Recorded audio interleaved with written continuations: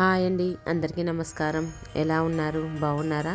మేమైతే బాగున్నాం. అందరూ బాగుండాలని ఆ వెంకటేశ్వర స్వామిని అయితే వేడుకుందాం. ప్రస్తుతానికి యాదాద్రి భువనగిరి జిల్లాలో స్వర్ణగిరి దేవస్థానానికి అయితే వచ్చామండి. మేము ఫస్ట్ యాదగిరి గుట్టకి వెళ్ళి అక్కడ నరసింహస్వామి దర్శనం చేసుకుని తర్వాత స్వర్ణగిరి ఆలయంకి అయితే వచ్చాము.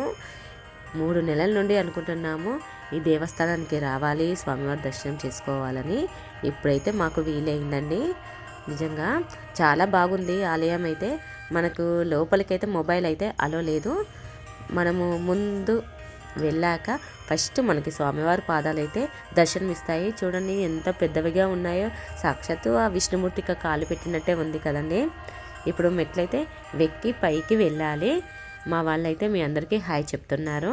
వాయిస్ క్లియర్గా లేదు కాబట్టి ఆడియో అయితే రికార్డ్ చేసి పెట్టానండి.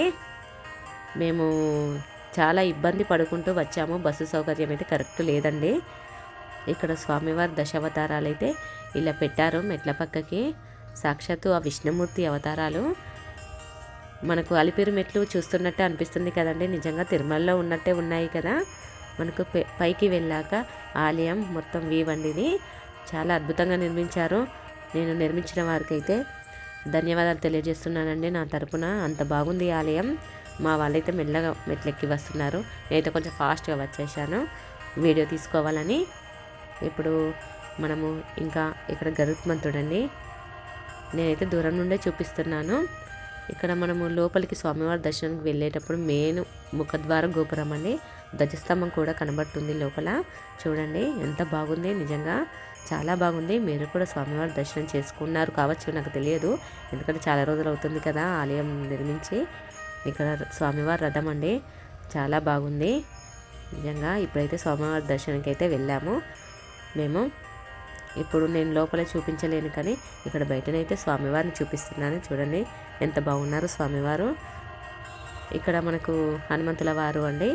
ఇక్కడ వీడియో తీసేవాళ్ళు ఎవరు లేరు కనుక నేనే తీసుకుంటూ చెప్తున్నాను. అందుకే ఎదురుగా అయితే లేనండి నేను.